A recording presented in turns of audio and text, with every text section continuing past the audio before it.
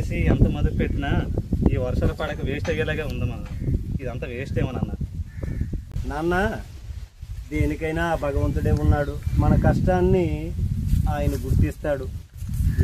ఏదేమైనా సరే ఆ విత్తనాలు వెయ్యాలి, దున్నాలిగా.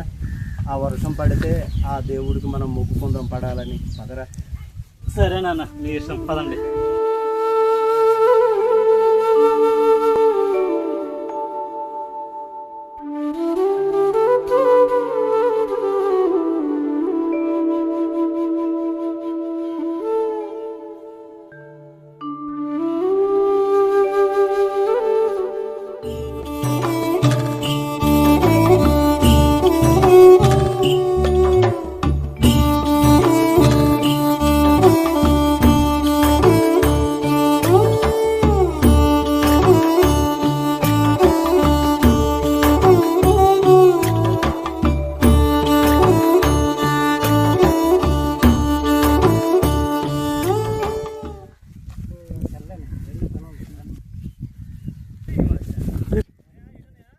ఎక్కడికని వెళ్తాంటారు?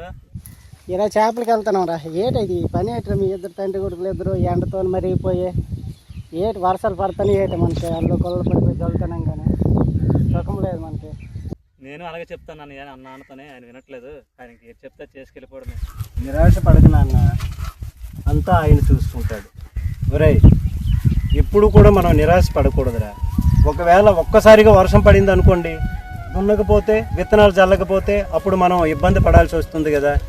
అంతా ఆయనే చూసుకుంటాడు, మనకు అన్యాయం చేయడు. అంతా భగవంతుడే చూసుకుంటాడు.